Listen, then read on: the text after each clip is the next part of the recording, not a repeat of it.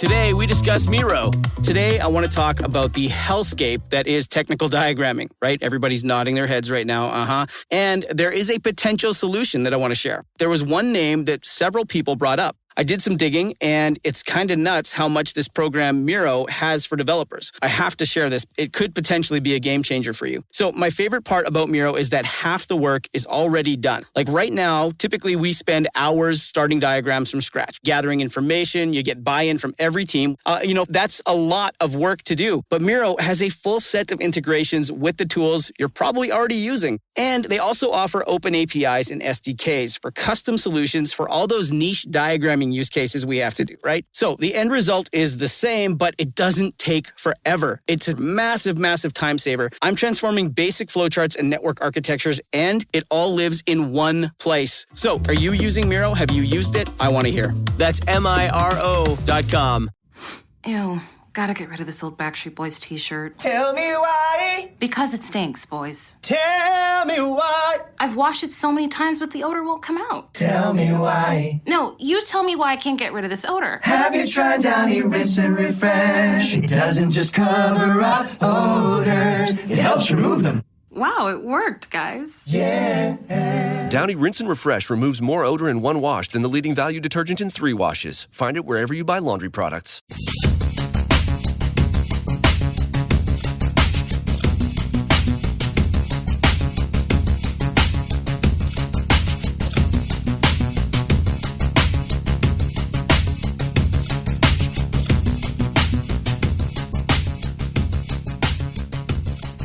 Welcome to Spockcast. This is episode 25 of the More Than Just Star Trek. The More Than Just Star Trek podcast. Don't worry, I'll edit out Jonathan there. Or maybe I won't. So my name is Tim Mitra. I'm in Toronto, Ontario, and I am surrounded by Jaime Lopez Jr. in Seattle, Washington. How's it going? And I'm also surrounded by Jonathan Kuline over there in Mississauga. Mind you, you guys are both to the left of me, right? So yeah, we're pretty close to each other on the left here. Yeah, you're on the left side. I'm on the right. Like a couple thousand kilometers. It's fine. 3,000 kilometers, but who's counting? Yeah. All right. Anyway, here we are. We're back for a special.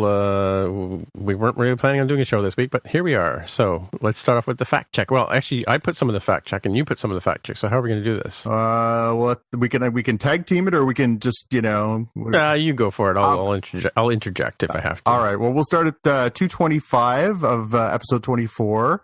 We mentioned one of the actresses that is on Star Trek Discovery, and her name is Sarah Mittich, not Sarah Milich, which I think one of us might have said. Yeah, I said Milich, yeah. 458, Seth MacFarlane plays Captain Ed Mercer on the Orville, not Seth Rogen. I think one of us might have accidentally said Seth Rogen. Get your Seth straight. Sorry, Seth Rogen. Yep. Canadian, Seth Rogen, come on. Oh, here, I'll take this one. So at 7:20, I mentioned my friend Ilse von Klatz, who's no longer with us, and Ilse and my friend Rick Sarabia were both in the War of the Worlds, which is a TV adaptation around 1988-89. I'm not sure what the connection. I know the two of them worked together in Toronto, but I can't remember what the connection was for them. But Ilse's claim to fame was she was the only female advocate in that show, and it starred some other interesting Canadians like Colm Feore, who seems to be, an actor that they pull out whenever they need to have some sort of villainous kind of guy. And a quick story: I went to school with him, and I think the first play I ever was in production with, he was one of the stars of back in grade 7. And John Vernon, who we know from great movies such as Animal House and a few other ones. But it also, what I thought was interesting was that Mia Kirshner was also in that show as a child actor. And she is, of course, she plays Amanda, who is Michael Burnham's adopted mother. Well played. Thank you. 753, we were talking about the rebooted V television series, V the Visitors, aired for 2 seasons on NBC. It was 2009 to 2011. We were trying to figure out what the timeline was there. Right, yeah. That was post-Lost, but yeah, still a while ago. Of course, that's being rebooted as a trilogy of films, according to last week's news. And speaking of that, 8:30 into last week's episode, Elizabeth Mitchell from Lost was one of the other stars of that series in 2009, along with Marina Baccarin. And 58:43, the animated short on the home video video release of The Incredibles is called Jack Attack. Isn't that what Jaime said? No, I said something like Jack's Big Day or something. I couldn't remember what it was called. Yeah. It was on the tip of my tongue, but I couldn't fish it out. It's been a while since I've sat down and watched that, which is a shame because it's such an excellent movie. All right, so we have some headlines. Jonathan, why don't you lead us into that? Headlines, well, because we are Spockcast, I thought I'll start with some Star Trek news. So I got an exclusive story from IGN this week that Star Trek The Next Generation's comic book series from IDW is going to be going to the Mirror Universe. Now, they did a Mirror Universe storyline either last year or the year before, not long ago. And this is a sequel that people are looking forward to. And this is going to be centered around the TNG cast, of course, who famously didn't really get that kind of Mirror Universe treatment. So you get to see the Picard with the goatee and looking menacing and stuff like that. So if you're a fan of what you've seen on Disco the last 15 weeks plus a few weeks in breaks in there, you can venture back to the Mirror Universe in that era. As a quick note, where does that fit in the timeline? And the reason I ask is because by the time you get to Deep Space Nine's like first or second season, they'd established that the Terran Empire had fallen to the alliance of the was it like Klingons and Cardassians, I think. Oh, really? So where does it, given that TNG overlaps with DS9, where do they slot this into? That's an excellent question. I must admit, I haven't read the first part, although I was reading the synopsis of it, and it says the Mirror Universe Next Generation crew is looking for new worlds to conquer, and they're crossing over into the Prime Star Trek universe to find them. It says, how did the Mirror Universe crew find their way to ours, and what does Emperor Spock have to do with it? So Emperor Spock. Yeah. So, I mean, again, having not kept up to date with this, and now I feel like I kind of want to go back and read the last one they did and see what's happening there, because it actually sounds pretty interesting. So this is a 5-part miniseries that they're doing. So it's not like a long ongoing commitment, and I'm sure there will be a collected edition in the not distant future because that's how comic books work nowadays. But yeah, it actually sounds pretty interesting. And let's see, news from today. So Jurassic Park 3 was announced today. Whoa, no. We already have a Jurassic Park 3. It was awful.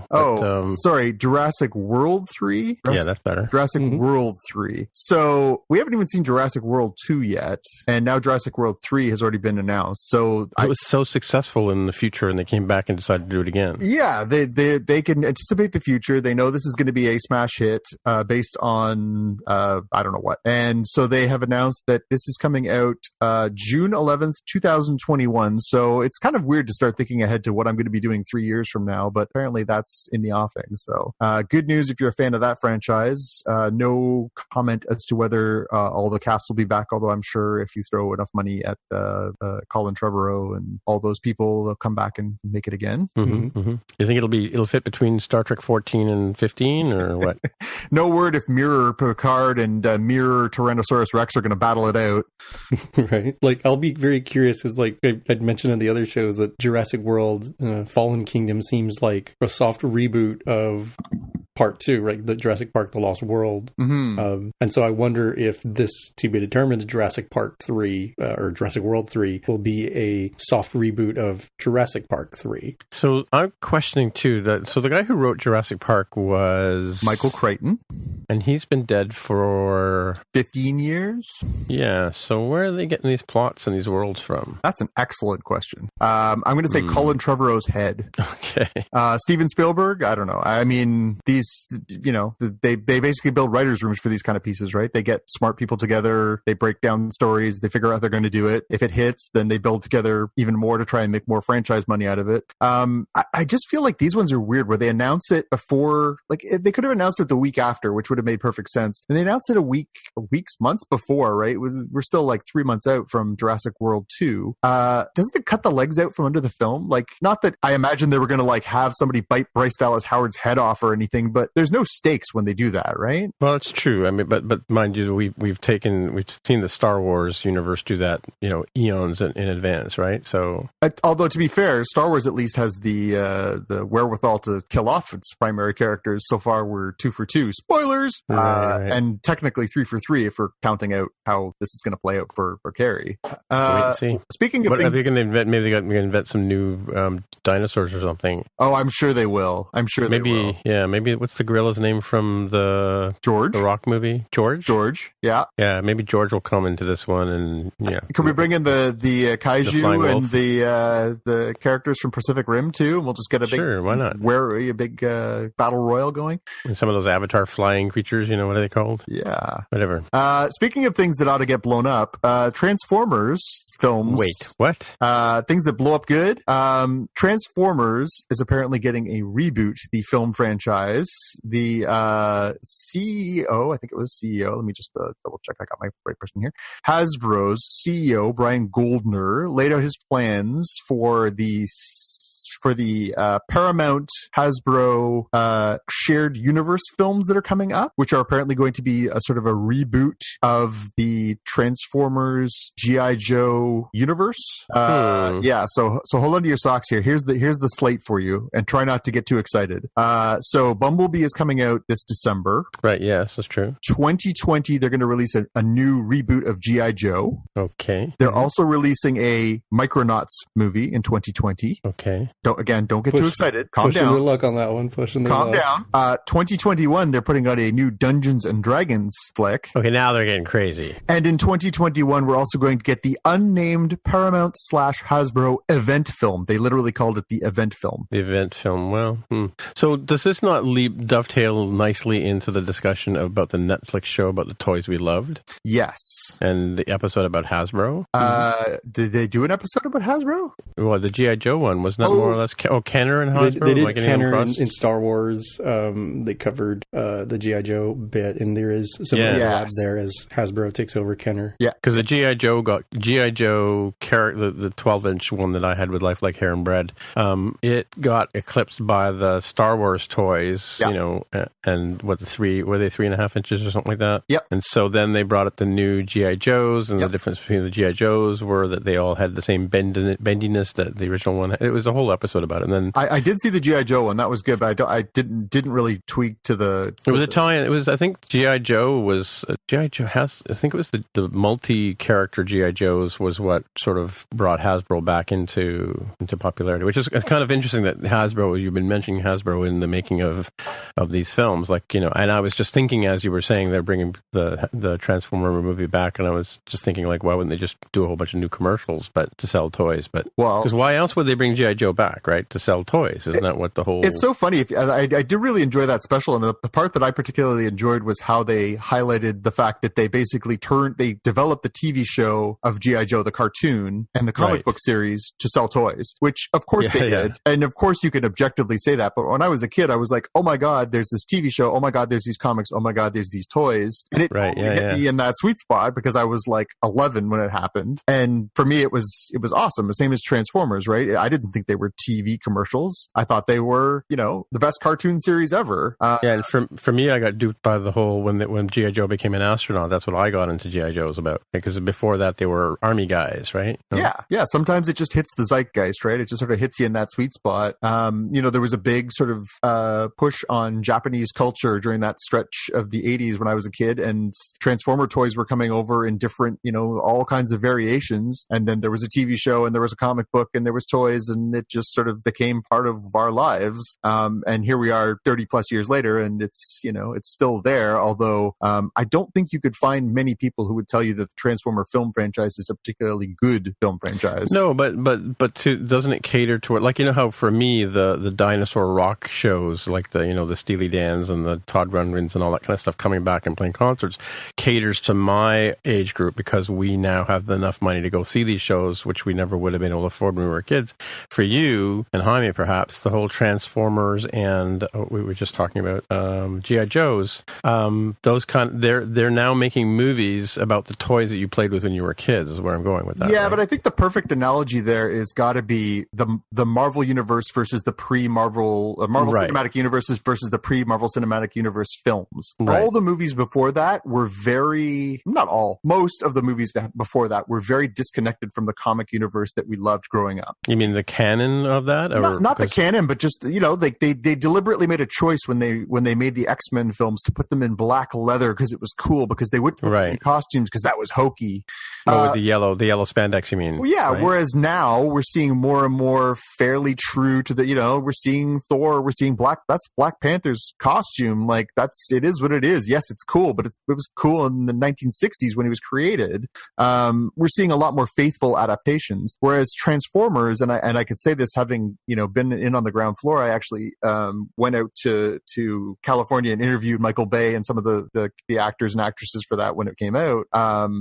That has never been my Transformers, nor has the G.I. Joe been my G.I. Joe. It's always been a fairly loose interpretation. I don't know if their direction going forward is to be any more faithful to what we kind of grew up with, or if they don't give a darn about my generation anymore. But and I don't know. I mean, what do you think, Jaime? This is somewhere in your wheelhouse too. Yeah, I definitely would agree that the Transformers and G.I. Joe bits were, and in fact, I'll even throw in like Teenage Mutant Ninja Turtles as long as it's around that same era. Yeah. They've played it kind of fast and loose with that. And I think you're spot on that the Marvel Cinematic Universe has stayed about as true as they can possibly make it, right? Like, there's some bits they might give in a little bit on for dramatic reasons or to make it a little bit more realistic, but I think they've gone away from the like very heavily realistic side like they did with, let's say, like Iron Man or some of the early Marvel movies, and they've gotten into the crazier, loonier stuff like Guardians of the Galaxy, Thor Ragnarok, those sorts of things, where they're not afraid to say, hey, let's make it like a comic book. It can be bright and cheerful. People can do crazy things. Yeah, and bright colors and big costumes and huge set pieces, and that to me was what I loved about comics as a genre growing up. Was it was so imaginative. It was stuff that you could never really realize. Even in animation, we didn't see things that creative and imaginative. Now, eventually, a lot of media has caught up to that. But there's still, I mean, I watched Black Panther last week, and I was like, oh, I remember that when it happened in a comic book. Like they were lifting from the ideas that people like Christopher Priest had, 15 years ago. They are elevating, they are doing excellent work, but they're still taking ideas that have been, preconceived by very smart, creative people in those genres. And I think they're doing the same thing. They're lifting some of these things for the MCU. They're lifting some of these things for, to a lesser extent, the DC stuff. But Transformers has never really done that. They put Michael Bay in charge and said, you do whatever you want. And he's come up with these big, clanking, urinating explosion machines. And it's just never clicked for me. So perhaps this is the way to go. Maybe this is going to be the thing that sort of, jumps it into a different stratosphere. But I can't say that I'm particularly blown away by this slate. What do you guys think of this? Any intention to go see G.I. Joe, Micronauts, Bumblebee, Dungeons and Dragons, or the event film? Probably not. But let me ask you this. So you watched the Transformers cartoon or animated series when you were a kid, right? Yeah, every episode. How do these, because I mean, like, and you had the toys, because I remember them back then. But, still do. But how does, like you just sort of said, the Michael Bay stuff is kind of over the top. I mean, I find them over the top myself, but how do these movies fit with or compared to the animated series or even the toys? Like, are they faithful to them, or are they just really way too far? Only two things... Optimus Prime, is he that, like, bits and pieces? It's bits and pieces. It really is bits and pieces. The only things that they've really done that are faithful, they hired the same voice actor to be Optimus Prime from the cartoon series to the movie. I thought so, yeah. That was a nice carryover because he just had so iconically voiced that role. They kept the color schemes. They kept the names.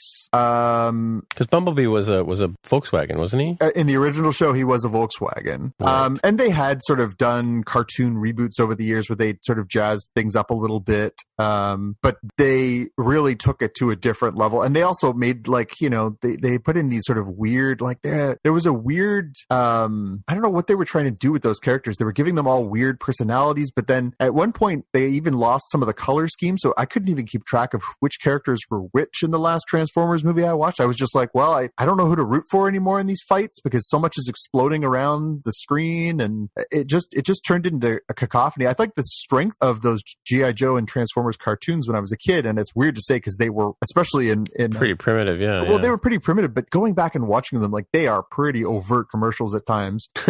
Like, it's kind of, they're like, hey, new character, what's your name? You've got a cool new ability. Tell us about it. Like, it's pretty blatant. But at the same time, they had like 100 episodes. It's just the same argument we have about television, right? They had a long time to get us to care about these characters. So even if they were just written for kids, and the guys who they had Larry Hama writing for the G.I. Joe comic book, and he created all those backstories for all the characters, and then he carried them over into the comic books, and then he carried them into the show. Like, these guys actually tried to put a little bit of grounding and some depth into these characters that were really kind of superficial. But again, we know as kids we had favorite characters because we read the little character cards they wrote for them, or they had a cool episode. And whereas these movies, like I say, it's just a cacophony. Like, it's just explosions and penis jokes. Like, it's not even remotely I think the same caliber, which is really weird to say of a 1980s cartoon versus a modern film. But I just have a tough time putting them on the same plateau. So that is to say, I don't think I'll be lining up for any of these five films, but I will keep my eyes on it. There was a Dungeons and Dragons cartoons, for those of you who are old enough to remember, on Saturday mornings when I was a boy, which was actually kind of fun. It was only on for I think maybe a season or two on Saturday mornings, where it was a group of kids who each got a sort of stereotypical Dungeons and Dragons character power. They have done Dungeons and Dragons films as recently as not that long ago. I think Jeremy Irons was in one not long ago. Mm-hmm. But none of them have ever really captured the audience. I think even I know some people who are Dungeons and Dragons players. I don't remember them ever being like, "Oh my God, you have to see this." I think everyone just sort of knows the name, but I don't think it's ever resonated as there's an identifiable character. But isn't the whole idea behind Dungeons and Dragons? It's called kind of like reading a book. It's all in your head. Like, yeah, I mean, that's the strength of you hear about a character, and so it's kind of hard to manifest that into a show of some type, right? And I will send you a crisp Canadian $5 bill if you can name a character from the Micronauts. No, you win. Yeah, not even the slightest clue. I remember the they were little vehicles or something, weren't they? I actually did have a set. I remember going to a Christmas party with my grandfather when he worked at Supreme Aluminum when I was a kid, and it was one of those random go to a company party and they give you a random gift, and somebody gift for boy and gift for girl, yeah, gift for boy, gift for girl. I got the boy gift, and it was a Micronauts set, and it was kind of like pre-Transformers. Like, it was sort of Lego-y. You could take it apart and reconfigure it a little bit. It had a little action figure, like a 3.5-inch figure in it, but it was it had no personality. It had sort of no subs. I remember sort of having it and going like, well, that's a thing. Like, even at like 8 or 9, or whatever it was, 8 years old, I remember thinking like, I think I'll go over there and play with my Luke Skywalker figure again, because this thing is totally lame. Like, hey, this could be the thing that Luke shoots out of the sky with his X-Wing. Right. Or you light it on fire in the gas station. Right? And then you turn 12 and you light it on fire in the backyard, stuff it full of firecrackers, and see what happens, Yep. All right, let's move on. So I haven't even peeked at this next story, because I want it to be shock and surprise when you tell me who it is. Well, okay. So how comfortable is everybody with spoilers? Because this is a good story. Oh, yeah. Walking Dead spoilers for sure. Well, we're just about coming up on the 25th, I think the 25th of September, 25th of February, which is just coming up, like next week, right? Yeah, or this weekend, I guess. This weekend is going to be the second half of mid-season. I've lost track of where we are. Mid-season 8 or something? I don't know. But I think this is season 8. 8B, they're calling it? 8B, yeah. So, as long as we're all comfortable wading into Spoilerville, here we go. Well, we got to worry about Jaime's fragile ears because he hasn't caught up yet. No, it's fine. I probably won't even have the slightest clue because I'm so far out of it. Well, actually, you might be on board for this one. This is a long-standing character. So, spoiler alert, if you don't want to hear what is going on in the world of Walking Dead. Skip ahead 2 minutes. Skip ahead for a couple minutes. We're going to get into it. We won't take long. So, we've got some news that... oh my God! Oh, no, that was too soon. Yeah. Hold on to that. Same sentiment. Just hold on to it. The Hollywood Reporter is saying that Lauren Cohan, who plays Maggie... Really? Oh my God! There you go. Who plays Maggie and has since season 2. What? Has been cast in a new ABC pilot called Whiskey Cavalier about an FBI agent. And apparently this is related to the fact that Lauren has been fighting with AMC over her new contract. I was going to say, isn't she pregnant? She is pregnant on the show. She is with a dead man's baby. Apparently she doesn't have a deal in place for returning past the end of this season. And in response to her not having a new contract, she has been, quote, actively looking for her next job and trying to use the pilot casting process to force AMC's hand. Yeah, no doubt. So, now a pilot is a pilot. That's one episode. She's only committed to doing one episode. If the show gets picked up, she could be with it, or she could continue to do Walking Dead and do that, or who knows. But very interesting news that a character that is very well beloved, one of the most evolved and longest living characters on the show, really sort of one of... She's in line to be emperor, man. I'm telling you. I mean, and I can say in the comic books is still, a very important character. So it will be interesting to see how this plays out, if AMC will now capitulate and sign Lauren to a new contract, or if this is going to mark the end of a very popular and renowned character, and who I think is actually one of the very best parts of the show. She really is especially in the wake of losing her partner on the show, is really sort of the heart of the show. She's really the core of it. Sure, yeah. As Rick sort of drifts in and out of lucidity, and we sort of go back and forth with some of these characters, she really is the sort of anchor piece at this point. Well, maybe they can get Beth's sleeve and slap Maggie's stack into it or something. Yes, that could be the next option. But yeah, it'll be interesting to see how this plays out, because this could be a real spoiler for how things could play out over the course of this next half season, or True. It could be that this is just her playing serious hardball because she doesn't have a contract, and they're gonna come up with some. Yeah, you kind of wonder if there's equity or equanimity, I guess is the word I'm looking for. I don't know what word I'm looking for in payrolls between the actors on that show. Well, it's an interesting and valid question. I mean, we talked about that with some of the things that have been happening with the Me Too movement, but I wonder if she's playing hardball, saying I want the same kind of pay that that some of the male leads are getting, or if she wants more. I can't make an argument against that. I mean, as I said, she's a very central character to the show, so she deserves every penny she can get. It's true. Interesting. That is an interesting twist. All right. More casting news. So this one's interesting. So for those who have seen It, the Stephen King film remake from last year, it is actually focused on the younger versions of these characters who are battling against the supernatural character Pennywise the clown. There is a second chapter coming, just like there was a second chapter of the original TV movie, and if you read the book, there's the kids in the older period of time, and then they're as adults fighting against the same character. Jessica Chastain had made a comment last year saying, if they decide they're going to do that second part, I would love to play the older version of this character, because Beverly is the character she thought that she would be a good fit, because she loves the character, she loves the role, she loved the movie, and so everyone was like, wouldn't that be great? Well, here we are in 2018, and the sources are telling Variety magazine that they are in negotiations now to bring her on board and be that character in the movie that's going to come out next September. So right, and this is a Netflix thing, right? No, it's not Netflix. It was a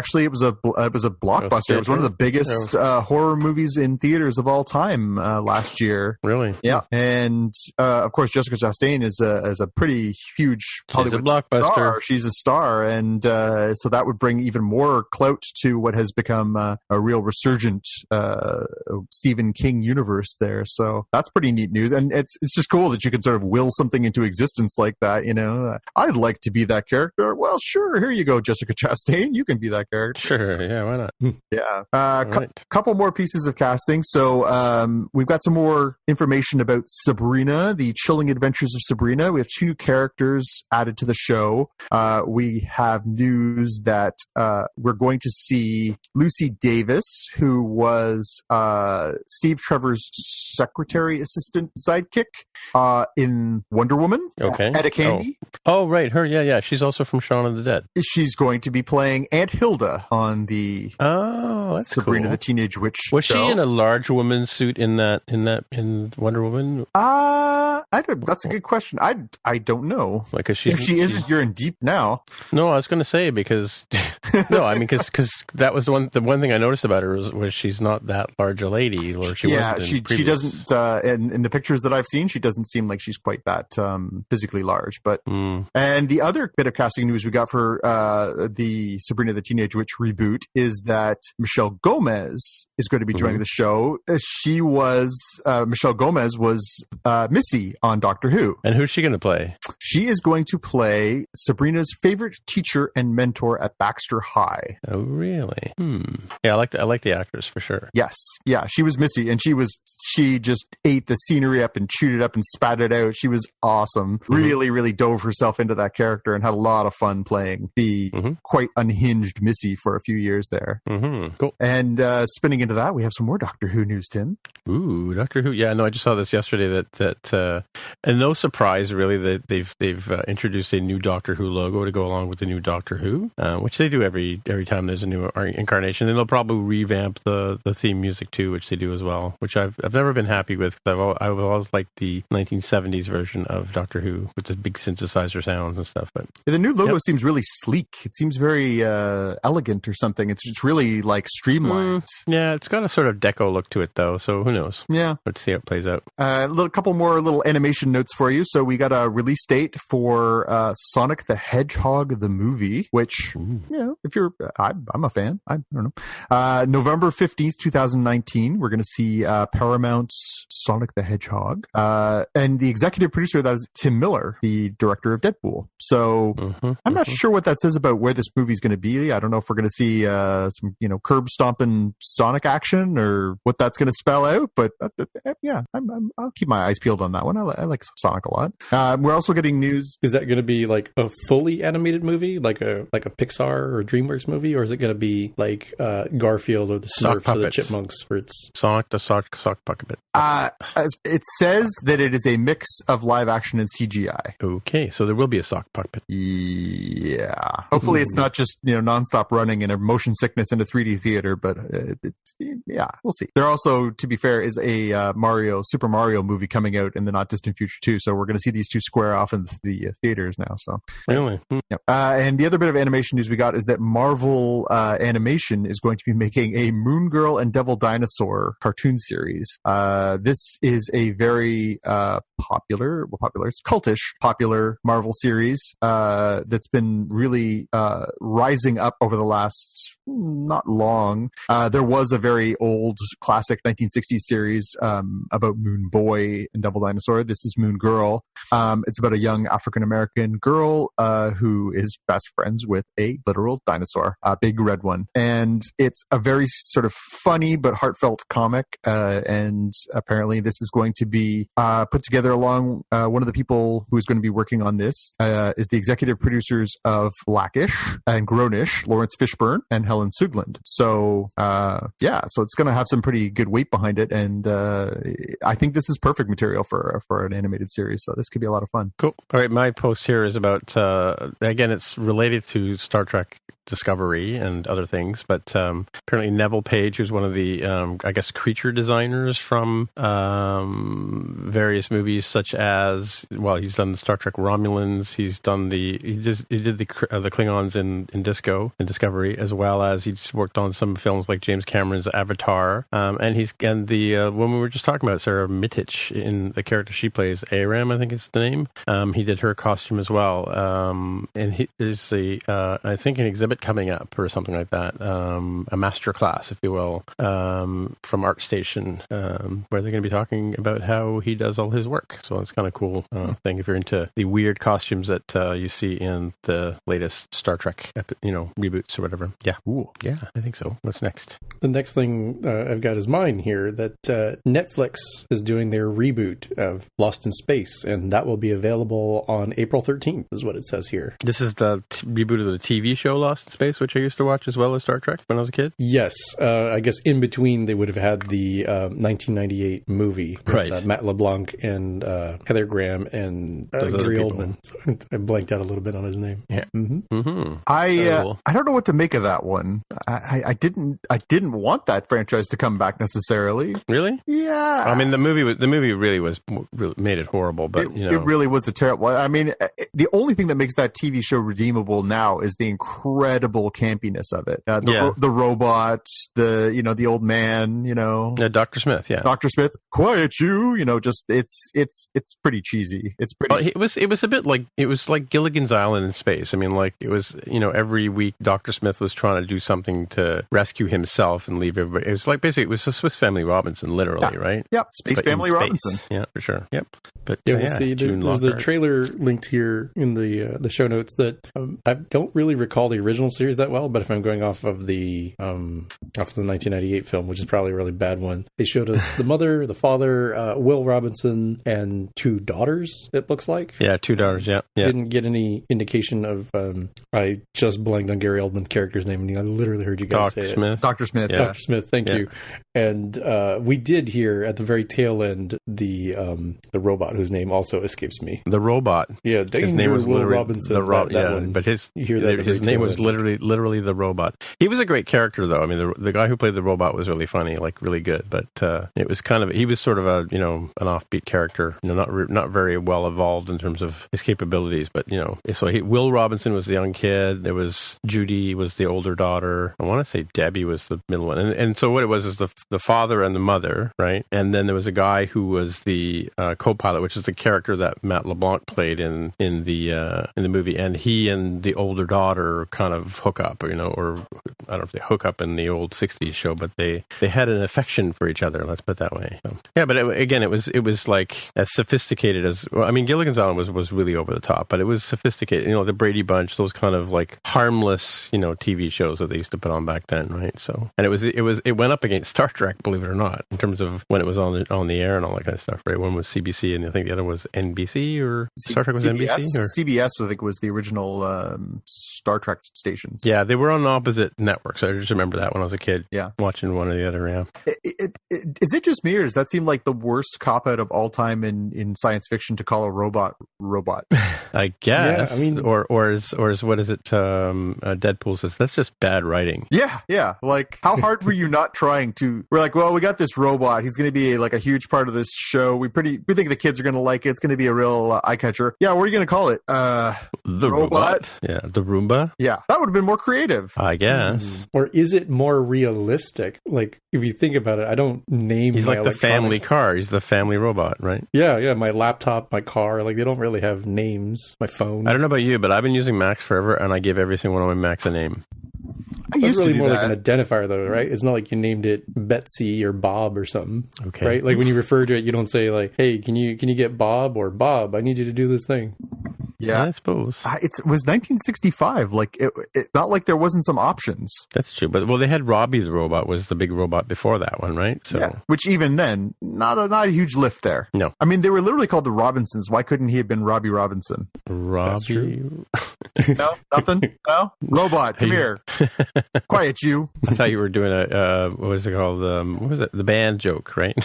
Yeah. Well, that's, I don't know. I mean, I think we talked about this when we talked about Altered Carbon and some of the other science fiction properties that Netflix has both been producing and gobbling up from other entities. But I'd like to say, like, I couldn't care less. But there's a piece of me now that thinks, like, Netflix has got a pretty magic touch on some of these things. It could be good. It could be. I mean, like, if you think about it, the concept was very pedestrian by today's standards, but by the 60s standards, it was kind of out there, Mm-hmm. TV shows were like that, Bewitched and, I Dream of Jeannie, Yeah, there was a willingness to go along with that. Although I wonder if we're now dealing with a sophisticated audience. There was a time where I could like baffle people by talking about like The Dark Knight versus the word Batman. Like, there was a real lack of intelligence as far as pop culture science fiction in the zeitgeist. And now we live in a world where there are so many options and so much old and new content is out there every day. I guess it's the IP of something like Lost in Space you can throw to, although I don't think you're necessarily luring in people who are in their 50s, 60s and older who are for this. I think you're probably aiming for a younger audience, but at the same time, make a good show. We talked about this before. Make a good show. Is the principle okay? So they're a family and they're lost in space. Great. Now where do you go with that? Like, what makes that good? Like, well, I mean, the whole concept of being marooned in space back then was like, it was a new frontier, right? I don't see how, even though I am a fan of Lost in Space, and I mean, I'd forgotten that I'm a fan of Lost in Space. That's how long ago it was. But I don't see the point of doing it myself now, because what are they going to do? They can't do any of the sort of major plot lines like they do in TV shows today. Like, TV goes so much further down the emotional chain, like knocking off characters, and like how does it compare to like this Star Trek Discovery or Game of Thrones or Altered Carbon or Black Mirror or Electric Dreams? It doesn't hold up. So why even bother, right? Well, not to mention the fact that the whole central plot line of that show, if I can recall from watching it as probably a preteen, they were going to Alpha Centauri. Well, but the whole plot of the show was basically at some point Dr. Smith would try and concoct a scheme that would put them at risk, at which point they would have to get out of that risk. Exactly. Okay, so in a modern take on that, the first thing they do is put Dr. Smith in an airlock, open the door, and say goodbye, Dr. Smith. Yeah. Mm-hmm. But you're right. That was the conceit of every single show, every episode. Like the reason they got marooned is because he snuck onto the ship, I think, to sabotage it or something like that. And he ended up getting stuck in it and blasted off with them. He gets trapped aboard the ship, exactly. His and then extra weight is the thing that throws it off, and right. And then every episode of that show, or just about every episode, if they didn't meet some sort of antagonist, is that right? Antagonist is bad guy. Protagonist. Protagonist is a hero. Antagonist is the bad guy. Yeah. Okay, antagonist. Yeah, they would meet some sort of antagonist. Robots that want to kill all other life forms. Sort of, same those kind of plot lines. Or it was always Dr. Smith had some scheme to get himself rescued. Yeah, and he was always trying to use the robot and the young kid. He was trying to dupe the young kid who had respect for his elder, right? To sort of go along with this, and the kid would always turn out. The kid was the smartest person on the show. That was the best part about that show, right? Yeah, he's supposed to be a genius, right? Yeah, well, that too. But I mean, he was always the oh, come on, Dr. Smith, you can't do that kind of. He was the moral compass of that show. Most of the shows were about the kid, the robot, and Dr. Smith. I mean, the other people were off, growing vegetables or something. But yeah, so I don't see the point of I'll be mildly surprised when they come out with something watchable, but I don't it's not like Battlestar Galactica coming back with. They did such a good job with that. It was a horrible show in the 70s. Yeah. And it was a great show in when they brought it back, in the 20s. But you also recall that show kind of hit out of nowhere. Like, there was like, well, Sci-Fi's bringing back Battlestar Galactica. I remember you coming to me and saying, like, you should totally watch this show. And I was like, give me a break. Are you kidding me? Like, yeah. Is Lauren Green in it still? Yeah. Like, are you like, there's no way I'm gonna. And then you were like, no, it's good. I was like, all right, we'll give this a try. Oh, damn, you're right. This is one of the best shows I've ever seen. So I think Netflix put some money into it. You got to keep your eye on it, but I don't know how you stretch that premise out into something that's that compelling in this era. It's a loose premise. Yeah. All right. Well, let's move on to the next guy. The other thing we've got is Disney, as we've talked about, is starting its own streaming service, and they are just gathering all their arrows and in the quiver. Getting everything together here. They've got apparently a new Muppets TV series planned for the streaming service. So it hasn't even launched. They've added all these different. We've talked about Star Wars. We've talked about Titans and. Oh no, Titans is DC. They're doing Marvel stuff. Oh, sorry. Yes. Sorry. Star Wars TV series. Probably a whole bunch of other stuff. You've all listened to the episodes. You know which ones we're talking about. But they're gathering a lot of stuff, and apparently the bad Muppets podcasting is one they want to bring back. I do remember when they brought it back. Not too long ago. Was it like a decade ago? Probably. They tried to do it as sort of a. Oh, it wasn't even that. It was only like Office. 4 years ago. Yeah, it was 3 or 4 years ago. Okay. Yeah. Okay. So only one season. It was actually not that bad. I didn't mind it, but it wasn't for everybody. Disney streaming or whatever. The new one. What are we talking about? Oh, they brought back. It was on. The Muppets you're talking about. Yeah, it was on ABC or NBC. It was like a mainstream sitcom that lasted for a season, and it was. You're right. It was like a workplace comedy. But it was weird. It was like they broke up Miss Piggy and Kermit, and they were seeing other people, and it was kind of out there. But there was also it was like 30 Rock with Muppets, right? That's exactly what it was. But it was Yes, exactly. It had its moments. I laughed out loud. I remember watching several episodes of that and thinking it was okay, and then it was gone. So I don't know what people want in their modern Muppets nowadays. I don't get it. It's The Office, right? The Office with Muppets. So what are they going to bring that's different to the table for their streaming service?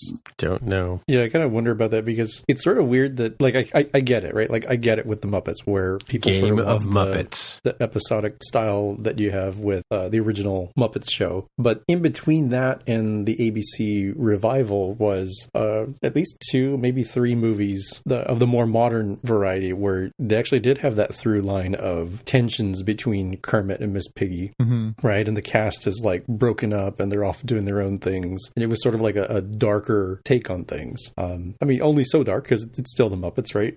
But I'm surprised that through line didn't carry on through like the TV series. And it's almost as if it was a completely different set of audiences who are going to see the movies versus people tuning in on ABC. Yeah, I wonder what they'll do with that. I wonder if at a certain point, though, Jaime, we're not getting into a world that is in the same way we were just kind of taking the piss out of Lost in Space. I don't know how much, there's certainly people my generation for sure grew up watching Muppets as kids. I'd have a very strong affection for those characters. My kids, I took them to see those last few sort of Muppet films in the theater, and they have a passing notion, but I don't think they have a strong affection for those characters. I think they're just like, for them, they're just another piece of very vaguely familiar IP. I wonder if the Muppets have had their day and now they're not quite what they used to be. Well, they're definitely going to have to put another hand inside of Kermit's sleeve. Well, yeah, they fired the last guy. Did they? Yeah, that was last year. They fired the guy. Was it Robin? Wasn't it? It was him. But then there was somebody else who had taken over, and then they had last year fired him. So let me just look it up here. So here we go. Steve Whitmire performed as Kermit. Real-time follow-up, there, folks. Yep. Steve Whitmire performed as Kermit from the death of Jim Henson. Jim Henson, yeah. Up until 2016, at which point he was fired, and there's now a new person in that role. Let me just see if I can find the details of his firing. Oh, here we go. So in July 2017, Disney announced Whitmire is no longer involved with the Muppets and that his fellow Muppet performer Matt Vogel was cast as Kermit's performer. Whitmire revealed that he was dismissed in October 2016 after 39 years as a Muppet performer because of undisclosed issues he said had not been disclosed before his dismissal. Apparently, the Henson family has stated the issues with Whitmire began when he was making quote outrageous demands and often played brinkmanship, and that they should have dismissed him before, but they apparently he was having conflicts with some of his other performers. This is all, of course, allegations on our good friends Wikipedia, so take it with a grain of salt. Please don't sue us, Mr. Whitmire. So yeah, this was a big scandal several years ago because I mean this guy had literally been since the Muppet movie Kermit, working on these things and had taken over from Jim Henson in performing this character, and he got canned after 40 years. At which point I remember reading an interview with him where he basically said, "Now what am I supposed to do? Like I've been a Muppeteer for 40 years." Right. So he must have worked with Jim Henson because Jim Henson hasn't been gone for 40 years. No, he was actually working as a Muppeteer for other characters. He did Rizzo the Rat was one of his characters back in the early 80s that he was the first Muppeteer on, and again he sort of graduated with the passing of Jim Henson up to being Kermit, and also in that he did some of the other characters. He still continued to be Rizzo, so he was Rizzo the Rat, is like one of the more popular modern Muppets. He was that Muppeteer for every year up until 2016. So I wonder if Gonzo got dismissed for chicken harassment. No, they had a thing. They were in love. Camilla, was it just one chicken or any chicken? Well, he had a harem of chickens, but Camilla was his girl. Oh, I guess that's the way it works. Okay, yeah, sure. Yeah. All right. So yeah, I mean, this all sort of speaks to. I wonder where the Muppets are nowadays, and what this new series will bring. Mm-hmm. All right. Well, let's do this. Let's move on to the Black Panther movie. Woo! And so what we're going to try to do, if we can manage it, is we'll do, say, 10 minutes of spoiler-free, right? And then we'll try and dig in. We'll give you a warning. So, yeah. So, Jonathan, you have some few notes here about So here's the spoiler warning. If you haven't seen Black Panther movie and you want to skip ahead, we're going to talk about Black Panther sort of spoiler-free version, and then we're going to dig in. So be forewarned. So we'll start with the the sort of holy moly of it all. So we start off with the fact that and these numbers caught me off guard. So Black Panther is the 18th MCU movie. Wow. Which, yeah, like, can you, like, that seems 18. I'd be hard pressed to name 5. Oh, I think you could do better than that. Oh, but this also includes X-Men, right? So no, this starts with Iron Man and continues starts with Iron Man. Starts with Iron Man, and that was 10 years ago, believe it or not. So we've had 18 Marvel movies. 10 years, starts with Iron Man, ends with Black Panther. Off you go. Wow. Yeah, Iron Tim, Man don't forget 1, 2, there's and like 3. Some of those have sequels, right? Captain America 1, Civil War. Yep. Winter Soldier. Yep, that's 3. 6. Well, I got the 3 Iron Mans in there. Those were 1, 2, and 3. Yeah. We'll give you a Black Panther as a bonus. Spider-Man. There's a couple of Spider-Mans. Do they count? There's one Spider-Man that counts. One Spider-Man that counts. Okay. That's 5. Good job. Yeah, like I said, I'd be hard. Oh, I did to 5. I said 5, right? Yeah. Well, Black Panther, that counts as one. That's a freebie. Right? That's your 5. Yep. That was my 5th. That was. Oh, okay. Yeah. 3 Captain Americas. Oh, Thor. We got Thor Ragnarok, and Thor, the second one, which I can't remember the name of. Dark World. That's Green Lantern. Nope. Green Lantern. Nope. Wrong. That's DC, right? Yep. What are we up to? That's 8 of 18. Okay, 10 more to go. Oh my God. Let's see. Who else is in this Who else is in this genre? Think about what the Ant-Man. Does the Ant-Man count? Ant-Man counts. That's 9. Okay. Ant-Man, and then does Wasp doesn't count because it hasn't been out yet, right? That'll be movie number 20 coming later. Okay, so then we have the Avengers, right? Yeah. How many of those? We have the Hulk movies, right? Yeah. There was one of those. The first Hulk, the Eric Bana Hulk, and then we had the the Eric Bana Hulk was pre-Marvel Universe. Oh, was it? So what about the Edward Norton one? That one counts. Okay, and then there wasn't a third one with Mark Ruffalo by himself, right? Nope. Okay, what are we up to? 12? I think you're at 11. 11, okay. So, We'll spot you the extra Avengers film. That's 12. Did we do the Avengers? Well, you said Avengers. There's 2 Avengers. 2 Avengers. That's 12. And 3 Thors, right? 3 Thors, yeah.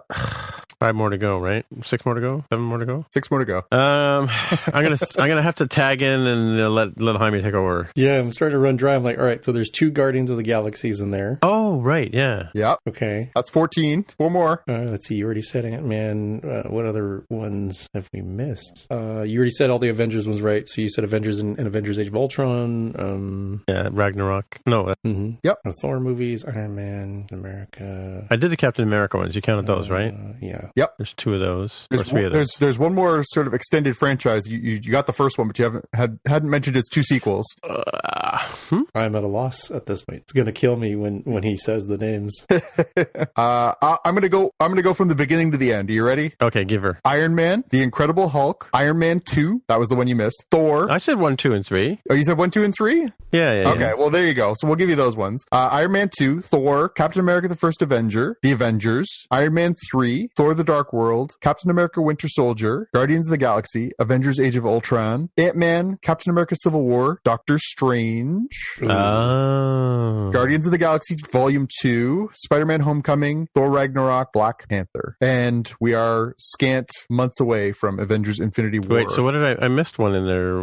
Doctor Strange. Doctor Strange was the one you missed. Oh, just the one? Yeah, because I didn't hear you say the other Iron Man ones, but that's what gets us to 18. Right, okay. Yep. And this year alone, we're going to see Avengers Infinity War and Ant-Man and the Wasp, bringing us to an even 20. Next year, we're going to get Captain Marvel and the next Avengers film. So hold on to your socks, folks. This isn't going away. Right. For everyone who complains there's too much Star Wars content, here we are. You have nothing to say. Yeah, exactly. So I found myself reflecting on this one and thinking, like, holy moly, I can't believe we've gotten to 18 of these movies over 10 years. Yeah. The collective value at the box office is over $14 billion. Right. That's how much money these movies have made for Disney. Wow.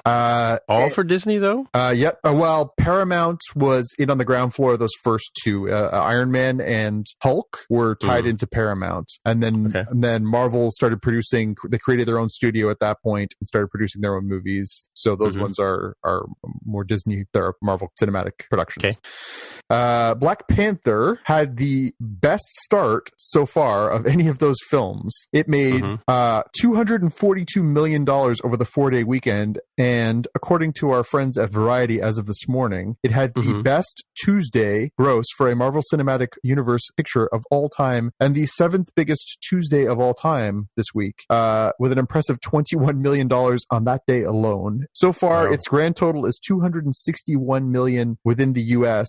within 5 days. That is second all time to only Star Wars The Force Awakens. So my numbers on Monday were 387 million worldwide and 201 domestically. So that would be like so that would be up to Sunday, I guess, or so the updated story from this is from Wednesday morning.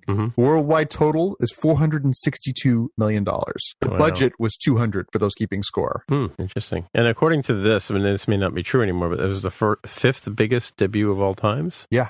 So this movie is huge. All right. Now let's talk about why. Okay. So yeah, this movie is monstrous, and it had a lot of the right ingredients. They'd already done a good job of giving us the Black Panther in a couple of doses in Civil War. We sort of gotten exposed to the backstory. We got used to he's part of the MCU. We didn't have to get too far into this being an origin picture, so it wasn't starting from ground zero. It had maybe one of the best casts I've ever seen in a film. Basically every amazing African-American actor plus like every up-and-coming one all in one picture all at the same time. We have legitimate stars in Chadwick Boseman, Michael B. Jordan, Lupita Nyong'o, Denai Guerrera, Daniel Kaluuya. It's ridiculous. We have, established stars like Angela Bassett and Forrest Whitaker. We even got Sterling K. Brown, who's, hot stuff for This Is Us on TV. This is a really somewhat astonishing amount of star power to put into one movie. You get basically the hottest director around to direct it, in Ryan Coogler, and all the ingredients are there. So of course, big things were expected, but wow, I mean, this thing just blew up. I had friends who were commenting, we have some friends and family who have, African roots, and they were saying, this movie is everything. It's to see this, this kind of portrayal of this character, to see, people with different, faces on the screen as legitimate stars in a movie like this. It just means the world to them. I came out thinking like there should be way more movies like this. Like this movie had so much going for it. It was huge, and yet it was subdued. It was Shakespearean and epic, but it was also fun and entertaining. Was it a perfect movie? No. Is it my favorite Marvel movie? No. But there was so much to take away from all this, that, this is groundbreaking stuff. For sure. I was just thinking the only other movie I think that would be comparable in terms of cast would be Glory. Do you remember the movie Glory? Yeah, right. But that was a different story, of course. But yeah, interesting. Yeah, I mean, there were a lot of recognizable faces for sure. I mean, like even, from Walking Dead and other shows that you mentioned before, right? So, what are your takeaways? What stands out? What are the moments that really break it down? Spoiler-free moments? Well, yeah. I mean, do you want to do the high-level stuff? I mean, what are the standout performances or moments that really jump out at you without spoiling? Well, I think that the character played by which one is the one from Denai Guerrera? Denai Guerrera, yeah. Her character was really standout performances for me was Lolita Wright? Letitia Wright. She became a star right in front of us, right? Well, there. It was a couple of times I had to I've got my IMDb app and I pulled it out because I did the same thing when I was watching Black Mirror, because she was in Black Mirror too in the last episode of this latest season. I think season 4, right? Yeah. But she was also in a show that I watched called Humans, which I don't know if you guys have ever seen. I've seen the trailers, but I never watched it. Yeah, it's the first season. Yeah, it's a great movie, great sort of TV series. It's out of Britain, and it's about androids or robots become everyday things like electric cars. Everybody has an electric car. Everybody has a house robot, and it's about one of these families that gets one. And one of the younger sons in the story, one of his friends from school wants to be a robot, and she's played by Letitia Wright, and so it's a very convincing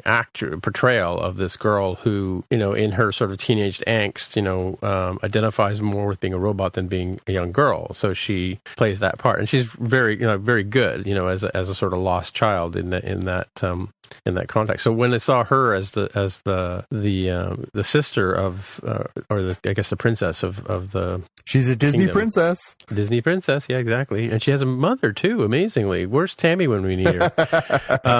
They didn't kill her mother. Oh my god! And the mother didn't die. Spoilers. Exactly. It's not like the mother's fault that this whole thing happens. Like, this is like the anti-Disney mother movie for Tammy. That's true. It's true. Sorry about the spoiler there, folks. But yeah, So those two women stood out in my mind as interesting actors. Forrest Whitaker was a whole surprise. I mean, I wasn't expecting. I didn't see him in any of the previews. So when he showed up, it was kind of interesting, and a much better character portrayal than he did in the last. Was it Rogue One? He was in Rogue One. Yeah, he was a little. He was playing a very unstable character in that one. Yeah. So important, but a central character in the story, but still, it's good. What was your take, Jaime? I think my take was that I really, beyond the inclusion and representation aspect of it, which was done really well, I think the thing I took away was how the story is there are some big moments to it, but it's still a rather small and intimate, private sort of film, right? Where there isn't there's this big laser beam in the sky that we have to go deal with, right? Mm-hmm. There are some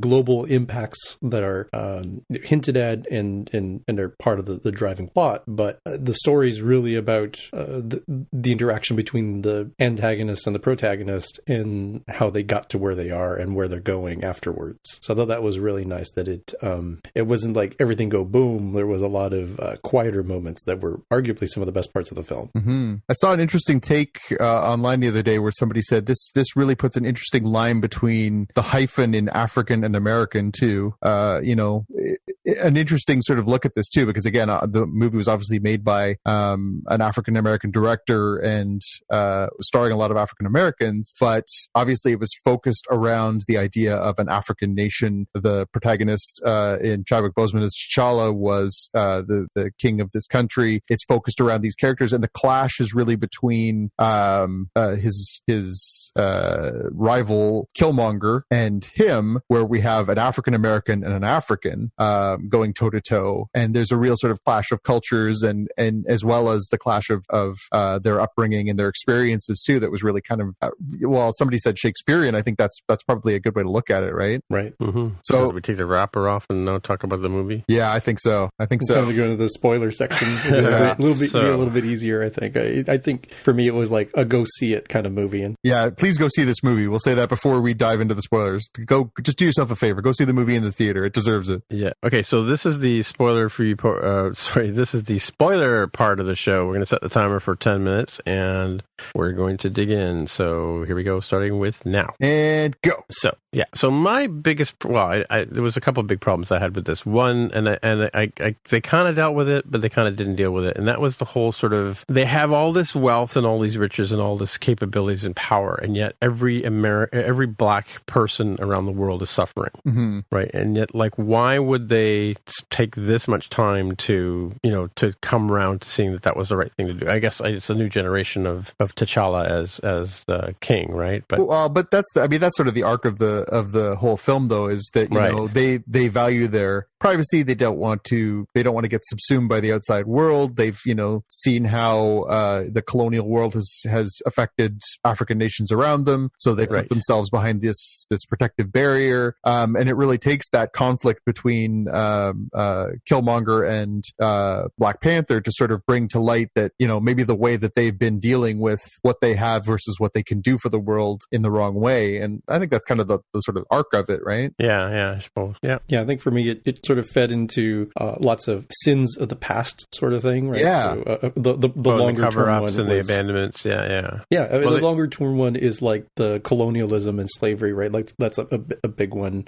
But also sort of the sins of each of these characters' respective fathers and the mistakes that they made and how their sons are dealing with that. And then going forward is the question of, what should Wakanda do? As you mentioned, right? There's they traditionally said, well, we're just going to keep it to ourselves. ourselves because we let other people have this stuff, they're going to abuse it. They don't have the same sort of morals and upbringing that we do. And bringing people in isn't necessarily an option either, because then Wakanda loses what it is to be Wakanda, and it will lose that greatness. So the sort of isolationism sort of makes sense from that historical context. But as Jonathan mentioned, that the whole arc for T'Challa, Black Panther, is, like the villain has actually changed my mind, right? Like we disagreed and we fought, he's dead, but ultimately in some respects he was right. Not with everything, not with his methods by any means, not the like anti-colonialism by which we will be the colonizers, right? Like a reverse sort of colonialism, at least it is traditionally done, and say, well, maybe we can outreach, right? We can have stuff in Oakland, we can share stuff at the United Nations and say we're going to share our wealth and power and technology or science with the world. Yeah, I don't know. I said to Jonathan at the end of the movie, I don't know why they didn't just run away and use their technology to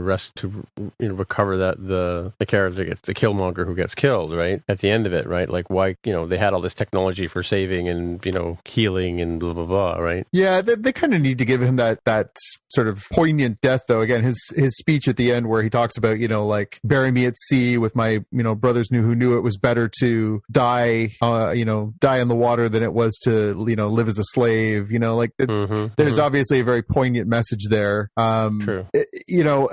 I found myself the last few days sort of ruminating on how I feel about, again, I think Michael B. Jordan is a legit star. Like, if anybody's seen Creed, that's a star performance. Right. Chadwick Boseman, I think, put himself in that conversation with this picture. But I found myself thinking harder and harder about Michael B. Jordan's performance in this one. I found it a little bit one note off the beginning, and I think they were trying to do that. They were sort of playing him as this sort of, callous, sort of casual killer, and then they started adding these layers of depth to him over the course of the picture. He might be the most complex and interesting villain they've had since Loki in the Marvel Universe. They really gave him, some really interesting motivations. Yes, clearly a monster, clearly a bad guy, clearly, a killer and all these things, but they also added a lot of depth to his emotion, to his motivations, and the way that he played that. It wasn't just a one-note villain role. It was really well done. Yeah, I was a little bit split on the Killmonger, Michael B. Jordan thing, because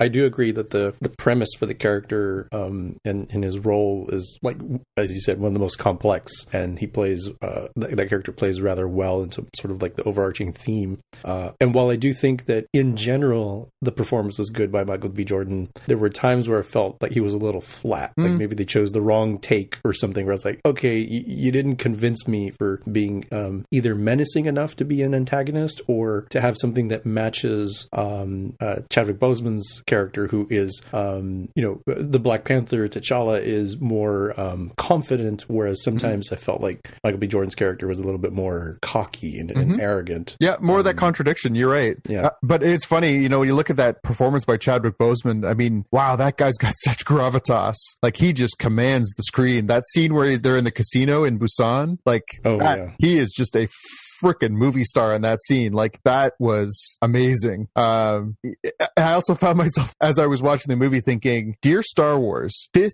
is what you do with Lupita Nyong'o. Like, don't put her as a CGI little short stack weirdo with big googly eyes. Like, she is a freaking star, and she was so captivating. And it makes you think, like, how did she follow up 12 Years a Slave with, Force Awakens, which was just such a waste of her talents. She belongs in front of a camera. Yeah, I definitely agree with that. Having her be, I mean, I guess she does motion capture, but essentially a voice actor is not doing her justice given the range that she has. I definitely agree with that. Yeah. And Letitia Wright, I mean, God, what a delight she was playing Shuri, Princess Shuri. Oh, thanks, another broken white boy for me to fix.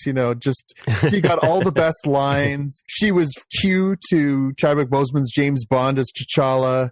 She's smart, she's quick, she's she's making fun of her brother's sandals. Like she just was. That was the best line in the whole movie. She was so much fun, and even some of the subtle stuff. Winston Duke played M'Baku, who was the leader of the rival people who live in the mountains. Now, that's based on a comic book character with the tragic name Man-Ape, which they did not bust out for this, thank God. But again, he was one where you sort of they bring him on at the beginning, and you think he's going to be this big sort of goonish, have a fight with T'Challa foil, but then they bring him back around and they give him a little bit more of character, and they sort of, give him a more central role. He's got sort of a nice bit of humor to the piece. Again, lots of little pieces to unpack on this. Lots of good little quiet performances. We talked about Denai Guerrera and that whole the Dora Milaje,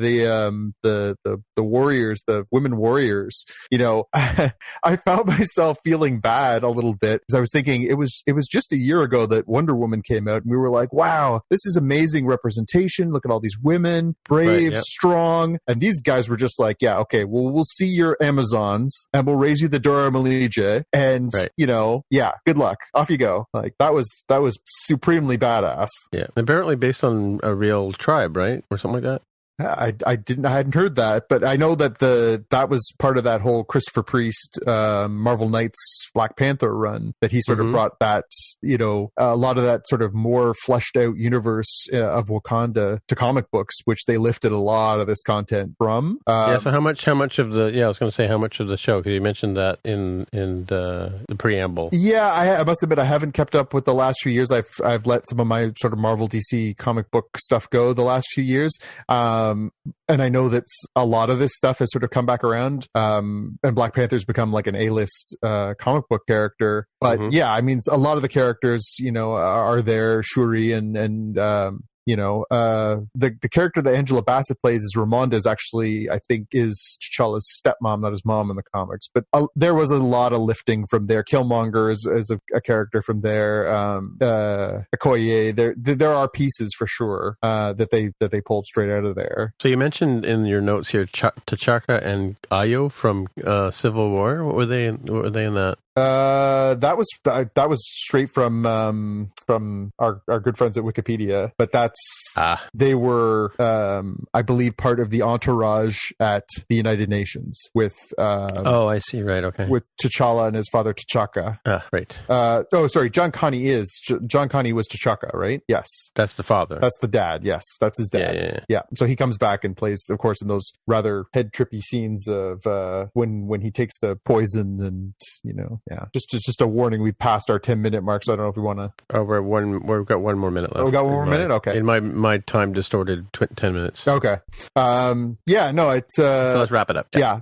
I think this was really cool. There was lots of fun stuff in there. Even we haven't talked about the two white guys in the movie, but Martin Freeman. I'm not sure he was entirely necessary, but he had some good scenes. Yeah, exactly. Yeah. Andy Serkis was again just devouring the scenery. He was having a great time playing Claw, and an interesting twist on that character too. When they, you think he's going to be the big bad guy of the picture, and it turns out, oh wait, in fact, he's not. So right, yeah. That was a good one. I must admit, I didn't see that coming. I sort of pride myself, obviously, on picking apart threads, but I did not see him getting killed at that point in the picture as where that was going. And did you see Killmonger coming into the picture? Or I did, just because I knew the name. Like I put two together. I also know. I mean, but I know Michael B. Jordan when I see him, so I was like, oh, there's Michael B. Jordan. He's going to be a huge part of this movie. You wouldn't cast him otherwise because he's a huge star. Yeah. But I mean, the whole what happens in the middle of the movie with the Black Panther. No, but I think I found that part a little particular. When he sort of shows up in Wakanda, I figured that's where that was going. That he was gonna challenge him, and that there was going to be, because they made such a thing out of that first fight with M'Baku, and the ceremony and how it was going to go, and from there was a lot of predictability in sort of where that piece was going. How it all sort of settled out in the end, again, you could obviously saw them on a collision course, and of course you knew that he wasn't, T'Challa wasn't really dead.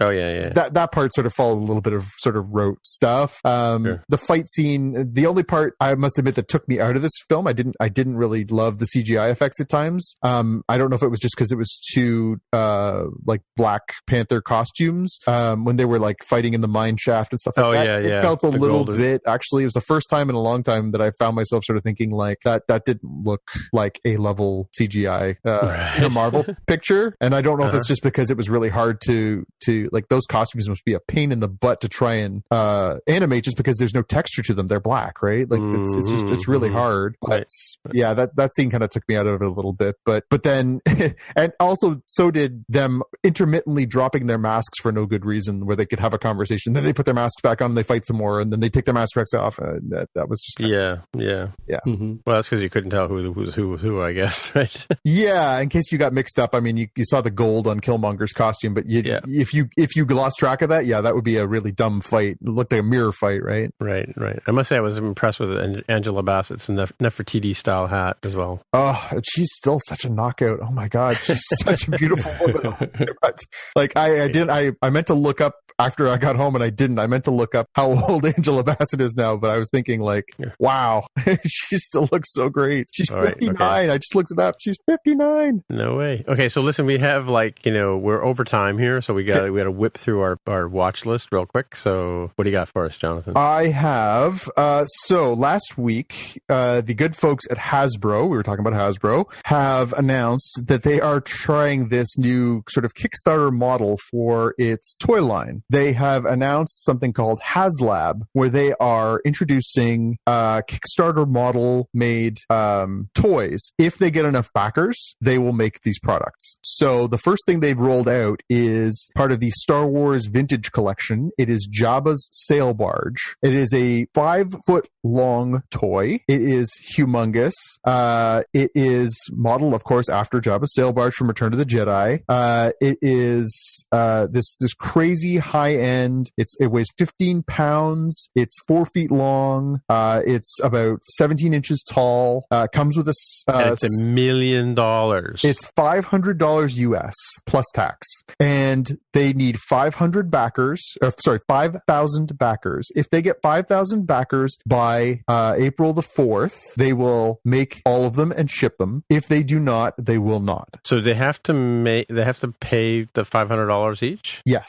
Wow. So you pay $500. If 5,000 people at $500 a pop all put in for it, they will make 5,000 of these things. Wow. There are 41 days as of today to go. You can visit it at HasbroLab.com. There are 1,646 sold so far, with 41 days to go. There's a huge bunch of background information on here as to what they're doing. You can see all the schematics. You can see all the models. You can see all the features. It tells you what's going to be in it. It is a really, really kick-ass looking toy. Not that I have $500 US that I want to drop on this, but if you are a collector of Star Wars toys, this thing is amazeballs. It is really cool. Somewhere a 10-year-old me is just like, jumping up and down to get his hands on one of these things. Right. Cool. So if you're a Star Wars fan, or you're into the high-end toys, go give yourself a look at HasbroLab.com, because this thing is really neat. Cool. All right. Jaime, what do you got for us? I have here a YouTube video. So if you're like me and we're on Team Lorca for most of Star Trek Discovery's season, you might like this video about why Captain Jellico is actually pretty awesome. This is to remind people, this is the captain who comes in to take over while Picard is off doing this undercover scheme, and he gets caught and ends up doing the 4 lights versus 5 lights sort of thing with the Cardassians. Back on the Enterprise D, Captain Jellico is the captain that everybody sort of remembers, like, oh yeah, like I hated that dude. And this video says, well, wait a minute, maybe he was actually right, and maybe it's okay for our favorite characters to dislike him, but maybe we, the audience, shouldn't also dislike him given what's presented in the episode itself. Cool. All right. No idea who that is. Yeah, I totally remember that. Those episodes, that was a really cool 2-parter. Well, I remember the 5 lights, 4 light thing, but I don't remember the captain dude. Yep. So my pick is Altered Carbon. I'm 8 episodes in. How far are you guys in? Done. Still only a couple episodes. I took a little break, and I probably would be another couple of weeks before I finish it up. Yeah. It twists and turns, so we'll have to see what happens. Yeah, I thought it sort of meandered its way through, and there was a few, I don't know what the heck is going on here moments, but it did actually finish in a way that was gratifying. Satisfactory? Yeah. So I'm glad I stuck through. If only for, again, as we talked about before, it's gratuitous nudity and over-the-top violence. So quickly before we go, the actor who plays the rich dude, have we ever seen him in anything where he was a happy-go-lucky, friendly guy as opposed to no? Because he was like the villain in The Following, I think, with Kevin Bacon. Kevin Bacon, yeah. And he's been in a few things, and he's just been a nasty piece of work, right? So yeah, you're talking about James Purfoy. Yes. Yeah. He just plays nasty bit of work in everything he does. Yeah, and nice to see. Nice to see some other characters mixed in there. I won't spoil anything for Jaime, but there was a few faces from the past that sort of pop up at different points, and you're like, oh, I haven't seen that actor in a while, and different moments. Nope, don't say it. Don't say it. That show with those guys with the things, with the ship, the Firefly guy. Yep, what's her name? That one. Her. Yep, I know it, but I'm not going to say it. Yeah, apparently the guy who's the original Sleeve, he's I've forgotten his name now too. We'll have to put him in the fact check. But yeah, apparently he's in quite a few things that he pops up. He's kind of one of these. He was on the IMDb special on the No Small Parts things that they do, right? So I've forgotten his name. The not Caucasian character of the Sleeve. Oh yeah, him. Yep. All right, well we got to wrap it up. So hey, Jaime, if people want to find you on the interwebs, where would they look? I'm on Twitter as @DevWithTheHair. And Firewolf Kuline, where do they find you? I am on Twitter as @JPK News. All right, and my name is Timitra, TIMMITRA, and that's where to find me on the Twitcher machine. And we will talk to you guys in the future. Bye. Bye. Bye-bye. If you want to find out more about the podcast or see the episode show notes, visit the Spockcast website at spockcast.com. You can get in touch with us on the website or follow us on Twitter @Spockcast. If you have feedback or questions, send us a tweet with the hashtag AskSpockcast. If you like the show, please consider recommending us to a friend, writing a review on iTunes, or pledging any amount at patreon.com/Spockcast. You can find details on how to help us out on our website at spockcast.com/sponsor us. Thanks for listening, and we'll see you in the future.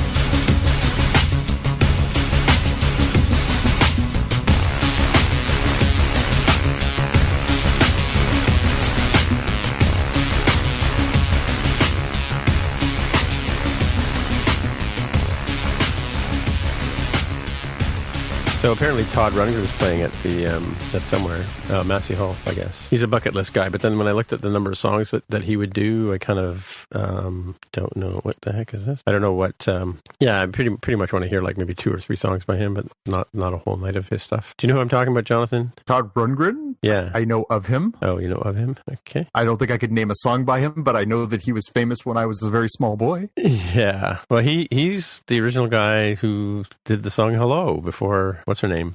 Lionel Richie? No, even before him. Yeah, what's his name? Lionel Richie. He did the "Hello, it's me. I've thought about you for a long, long while." You know that song? No. Not ringing a bell. You guys are so young. All right. Well, it was a good roller rink song back when I was a kid. Didn't we see that guy open for Tom Petty last year? No, that was a different dude. That was who was that guy? That was the guy from the Jay Giles band, wasn't it? Yeah. Angel was a centerfold guy. Yeah. Yeah, but yeah. And that wasn't Todd Rundgren? Sorry, I'm just... No, yeah, apparently the wrong guy left the planet after that show, right? Yeah. All right. Okay, let's just dig in, I guess. So we got a whole bunch of news from JPK. I've renamed the last part to watch list, right? To watch list. Oh, there you go. Yeah, because it makes more sense. More sense for this kind of genre. Ooh, so we're changing on the fly. This is exciting. Mm-hmm. I did that earlier today. Can we change the name of the FU to something more polite? Yeah, well, FU, yeah, sure. What would you have in mind? I don't know. We call it the news, right? So geek news, nerd news, Nerdvana. Nerd news, what'd you say? Nerdvana. Welcome to Nerdvana. That's right. Where all things nerd come true. Well, because it's not really follow up. It's kind of like headlines. How about headlines? Headlines. Does that work for you? Yep. All right, headlines it is. This is Jonathan's former life rearing its ugly head. I like on a long enough scale. I like headlies better. I think that's a better headline. Headlies. Headlice. Headlice. Yeah, I heard headlice as well the first time. Come on, Jaime. Come on to the headlice. Come on, let's do some let's follow up on the headlice. Exactly.